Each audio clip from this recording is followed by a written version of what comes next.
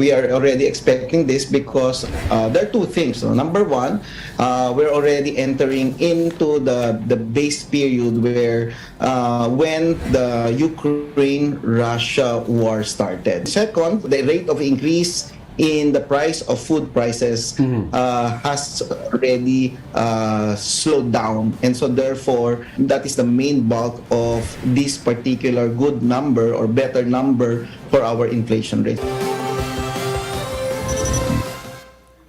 From the nation's capital, all sides, all the time. I'm Sean Yao. And I'm Angela Lagunzad. The big story tonight. We begin our broadcast with inflation cooling down slightly in March. However, it's still far from hitting the government's desired level. Here's what we know. Data from the PSA shows that inflation settled at 7.6% last month, slower by a percentage point from the near 14-year high of 8.5% in February. The March inflation is also the lowest since September. The latest figure brings the country's year-to-date inflation to 8.3% within the Bangko Central's forecast range of 7.4 to 8.2%, but it's still way beyond the BSP's target range of 2 to 4%. The March downtrend was primarily driven by the food and non-alcoholic beverages segment, which posted a slower inflation rate of 9.3% from the 10.8% in February. This was followed by transportation costs, which eased to 5.3%, and the cost of housing, water, electricity, gas, and other fuels, which slowed to 7.6%.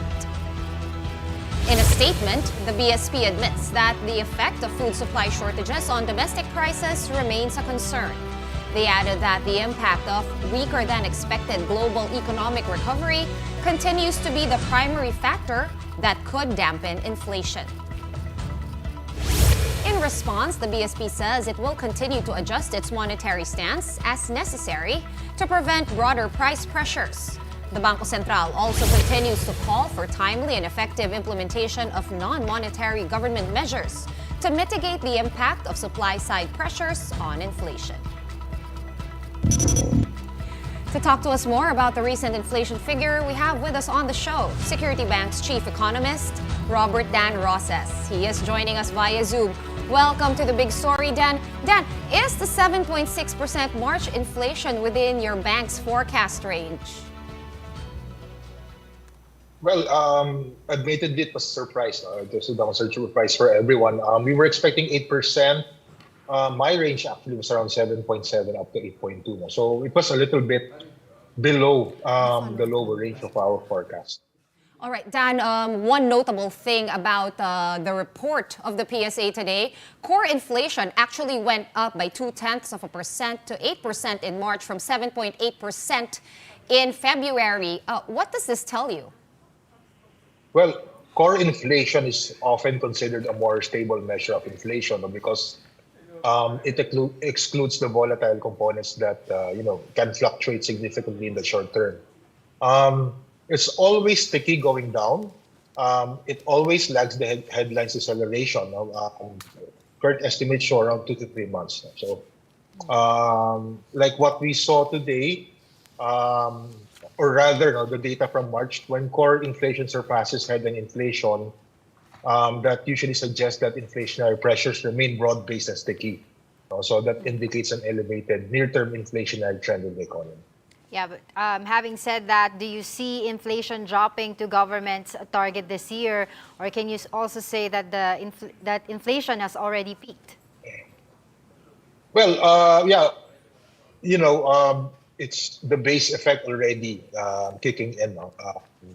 We saw inflation in 2022 begin to go up beginning March. No, so year on year, that should actually pull down the headline. No, but what's so you have the base effects now, which could be a bit misleading. No, so it's also important to look at the month on month. No, and the month on month actually shows some deceleration. No? So it's a negative growth month on month. No? So that's actually a positive development. Right, and of It's course, driven by right. yeah. Go ahead, Dan. Go ahead. Sorry. Yeah. So it's driven by falling prices, notably in food, but also in transport. No? But as you said earlier, no, core remains high and continues to rise, no, suggesting that underlying inflationary pressures may be persisting in the very near term. All right, and as it is, because of inflation rising all of last year, the BSP has raised interest rates to the current 6.25%. Now, that is the main arsenal of the BSP when it comes to controlling inflation. Do you think that this current print for March will prompt the regulators to ease up on this aggressive tightening, or could we still see rates shooting up going forward? Well, the monetary authorities will be looking for prices to fall outright, not just a deceleration in the year-on-year inflation. So with the core inflation side remaining sticky, there's an upside risk for the BSP to continue tightening, should the data support it. So the inflation dynamics actually warrant close monitoring, no? Particularly oil price impact following the OPEC decision to cut supply, which actually drove crude prices up last Monday. No? So that and the core inflation trends and the potential impact will also be considered. No? So we think, though, unless there is a retreat in core prices overall in April or a very weak first quarter GDP report, which will be out on May 11, no, there's that risk that the BSP will continue its tightening cycle. They could probably increase by another 25 basis points to bring the policy rate to 6.5% when they meet in May 18th. No? However, we do think that the monetary authorities have really done enough. They've been doing the heavy lifting. It needs that national government complement. And so with the peso, relatively behaved compared with last year, loan growth actually beginning to weaken because of the rate hikes that the BSP did last year, and then an inflation trajectory that points to deceleration for most of the year. The BSP also can pause at the current 6.25% policy rate. Rate cuts could only take place probably 2024, probably second quarter, after we see the full 2023 GDP growth numbers. All right, so still 1 year to go before a possible lowering of rates. Now, we've spoken about monetary policy as the main tool for controlling inflation, Dan, but what about from the fiscal side or a non-monetary measure? What else can the government do to support the macroeconomy in general? Well, it's all about, at this point, it's supply. Compared with what the U.S. Has been experiencing relative to their inflation, there it's mostly wage-driven. Ours is not necessarily wage-driven. No? Well, I mean, we're seeing some very good demand from consumers. No? So that's also driving the core inflation side. But all in all, it has something to do with supply. So food has been the main driver. Fortunately, it has been going down month on month, but it's still the prime driver still. No? So I guess the national government has to really anticipate where it's going to hit the most. No? So right now it's still food. So we have to be importing more of items that will prove inflationary somewhere down the road. No? Also, we have to be cognizant of the fact that there's this risk that oil prices could probably shoot up because of recent geopolitical developments. So with that, I think it will be prudent for the national government to probably consider stockpiling. Like I said, it's still supply driven. So control the supply, make sure that there is enough supply. Then you can be sure that inflation will be going down. All right, thank you as usual for your insights, Dan. Robert Dan Rosas, Chief Economist over at Security Bank. Thank you for your time. In other news, authorities arrested on Tuesday a social media influencer who allegedly produced a video of himself destroying currency notes last year.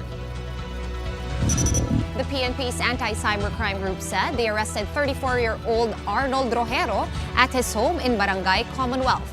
He was served an arrest warrant for violating Presidential Decree 247, which prohibits and penalizes the defacement, mutilation, tearing, burning, or destruction of central banknotes and coins. Last year, the ACG filed complaints against Rojero and 5 other content creators for their videos showing them destroying banknotes. Rojero, also known as Cholo TV, has almost 250,000 followers on Facebook. For the first time in history, a former U.S. president appears in court as a criminal defendant. Donald Trump was charged with 34 felony counts over allegations of offering hush money payments at the height of the 2016 presidential election. The former U.S. president allegedly paid hush money to 2 women to keep them mum on his sexual encounter with them. Trump pleaded not guilty to all 34 felony counts, and a Manhattan district attorney says the scheme of paying of hush money to suppress negative information violated the New York election law. The defendant repeatedly made false statements on New York business records. He also caused others to make false statements. One of the 3 people that they paid to keep quiet was a woman named Stormy Daniels. That payment was to hide damaging information from the voting public. The participant scheme was illegal. Coming right up, we'll check on the transportation situation as the country begins the long Holy Week break. We'll get updates from on the ground from our reporters over in PTEX and the Batangas port. Stay with us here on One News.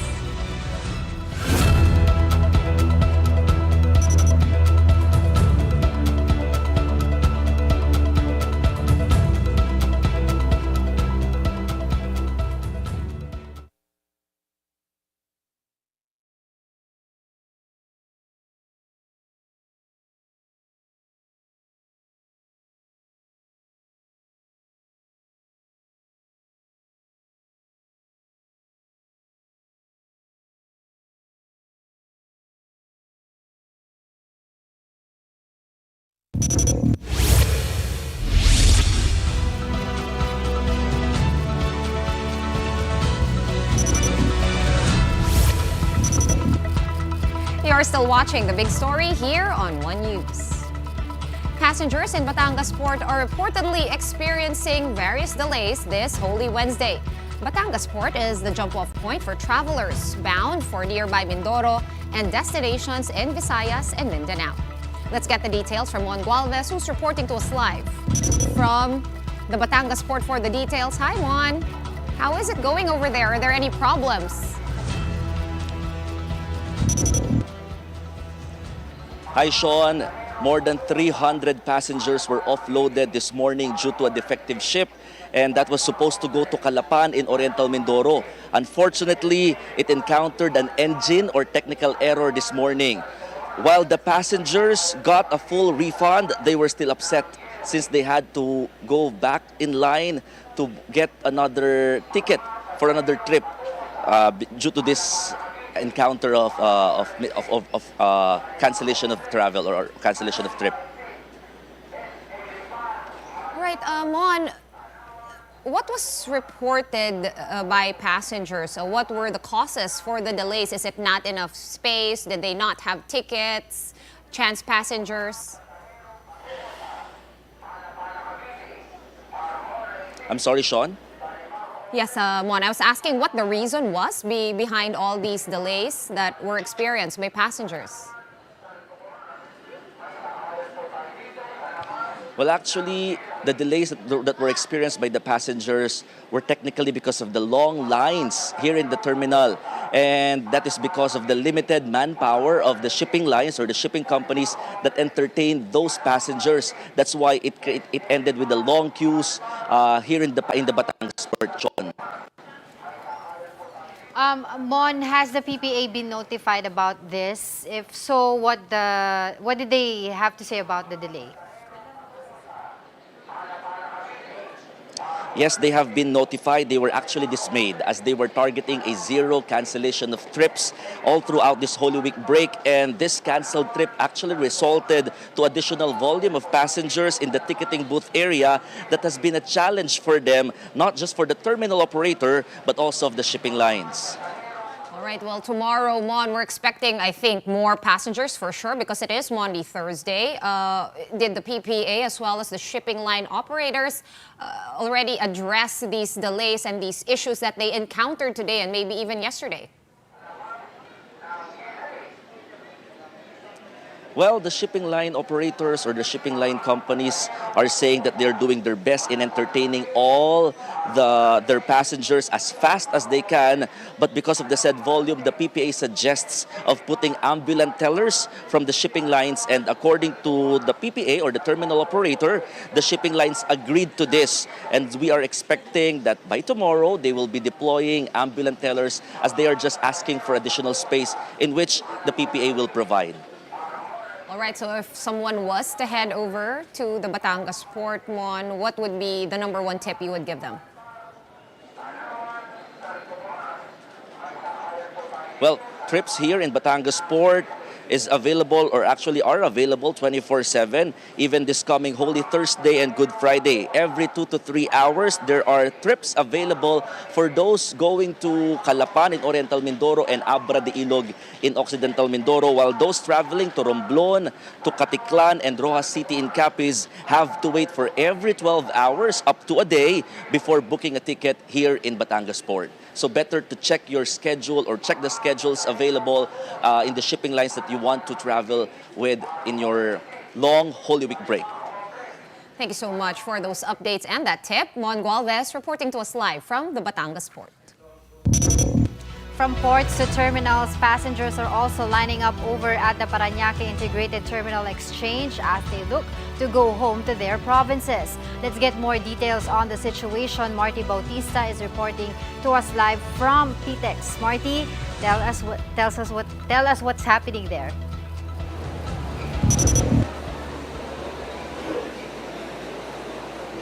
Sean, Angela, at the moment, there's about more than 99,000 passengers tallied for the foot traffic here in Holy Wednesday. That tally has continued to grow throughout the day, and the PTEX management is expecting at least 130,000 passengers in Holy Wednesday alone.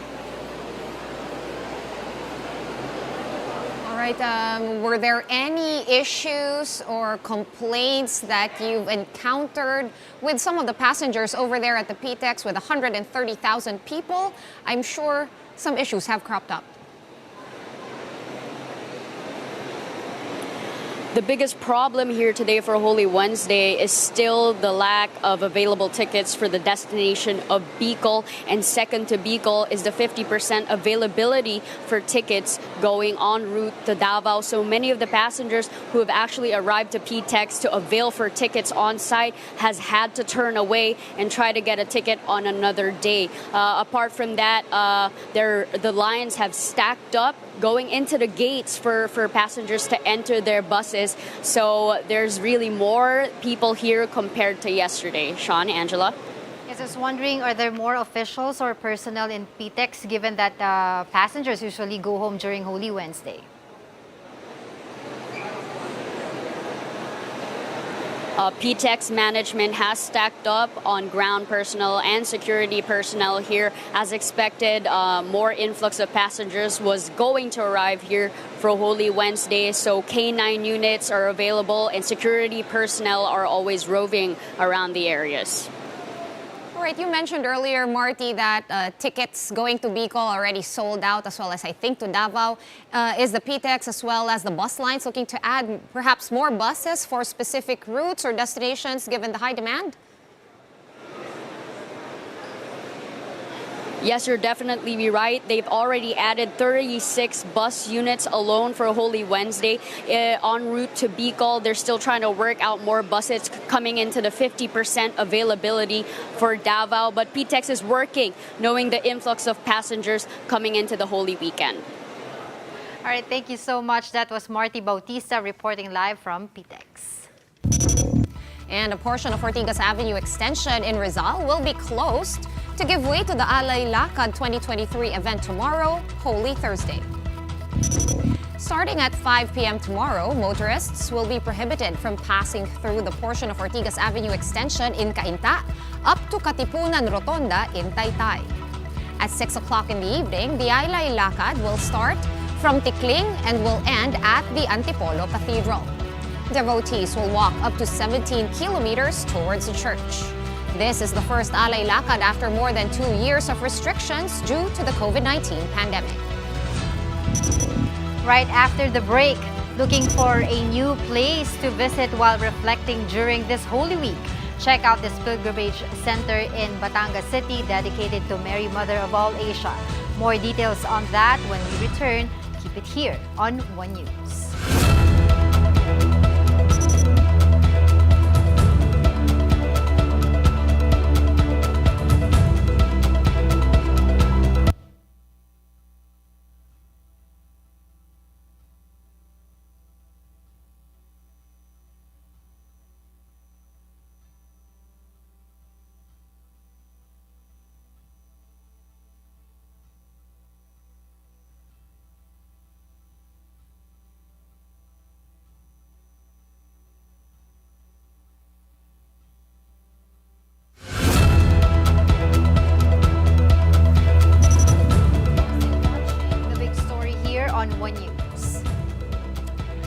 Planning a summer getaway in the City of Pines? Well, tourists heading up to Baguio City are being warned of a scam involving fake transient homes being offered on social media.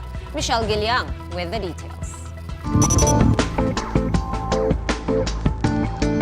Baguio City has always been the go-to place for vacationers looking to cool off from the summer heat. But a word of warning, along with the influx of tourists, reports of fake transient homes being offered are making rounds online. The Hotel and Restaurant Association of Baguio says that scammers would offer cheap homestays on social media.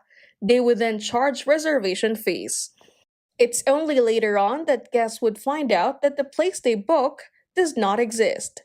Mapapansin mo is too good to be true yung offers nila. And pagka ganun na mababa yung rate, maganda yung property, magtaka ka na, di ba? That there's something wrong here. Furthermore, pagka yung kausap mo is very interested, get an advance payment immediately. You haven't made up your mind, pero pinipressure ka na niya na mag-down payment through GCash or online payments.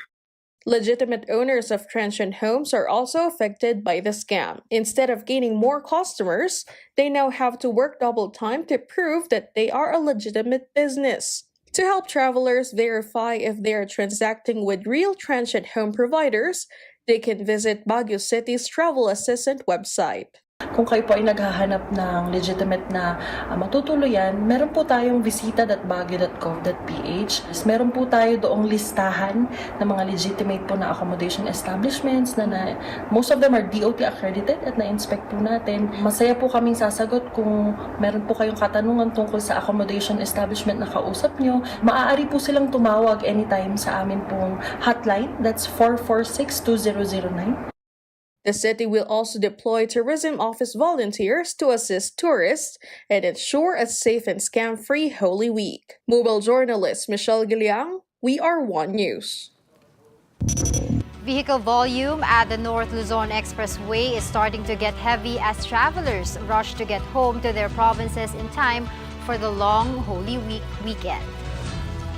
Over at the Balintawak Toll Plaza, the bottleneck is mostly at the cash lane. That's why toll officials advise motorists to get RFID stickers installed before heading up north. As for the other portions in NLEX, traffic remains manageable, although slow-moving. Authorities are not discounting last-minute trips, which could last until tomorrow morning. Meanwhile, at the South Luzon Expressway, traffic is also starting to build up, especially along the southbound lane of Turbina exit. And as early as now, some Filipino Catholics have gotten a head start on their pilgrimage. Mobile journalist Pamela Vasquez joins us live from Batangas. She is at the Monte Maria Shrine, where quite a spectacle awaits those who will be going there at night. Hi, Pam. Hi, Sean. Hi, Angela. Good evening. Monte Maria is a pilgrimage center to Mary, Mother of all Asia, and also serves as a destination to both tourists and devotees, especially this Holy Week. Behind me is the world's tallest statue of the Virgin Mary, called the Mother of all Asia Tower of Peace. It has the height of 98 meters or 322 feet. That's equivalent to a 33-story building, definitely taller than the 151 feet Statue of Liberty in the USA. It was first planned in 2014 but only finished last 2021. Though it took 7 years, it was just in time for the 500-year Christianity celebration in the country. Sean? All right, we heard, Pam, that you did the pilgrimage. Can you tell us your experience doing that? Were you able to talk to some of the other pilgrims or devotees over there?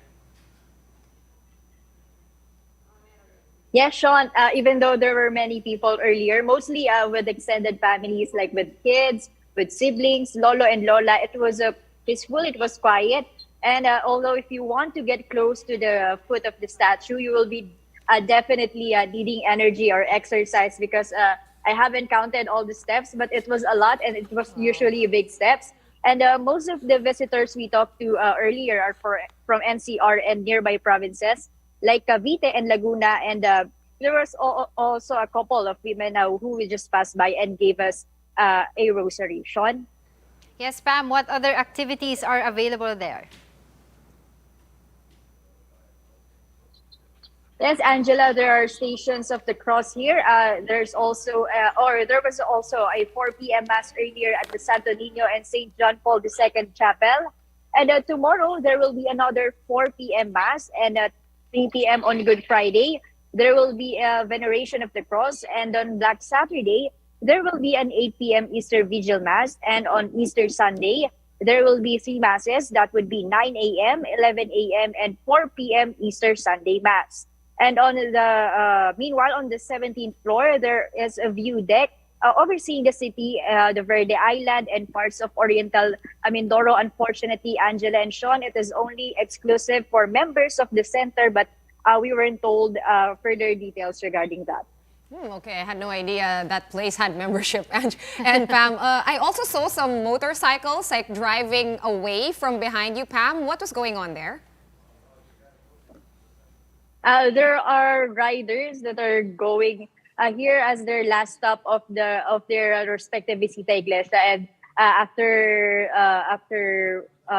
giving their prayers prayers, and then they will all take a picture, and then they will go out of the center. Sean? All right, thank you so much for those updates. Mobile journalist Pamela Vasquez reporting to us live from the Monte Maria Shrine in Batangas. And that's the big story tonight. For more updates, follow News 5, The Philippine Star, and Business World online. You may also log on to onenews.ph for more in-depth analyses. I'm Sean Yao. The big story is also available via Signal Play app. Make a free account now at signalplay.com and stream One News anytime, anywhere. I'm Angela Lagunzad. Stay safe, Philippines. We are One News, all sides, all the time.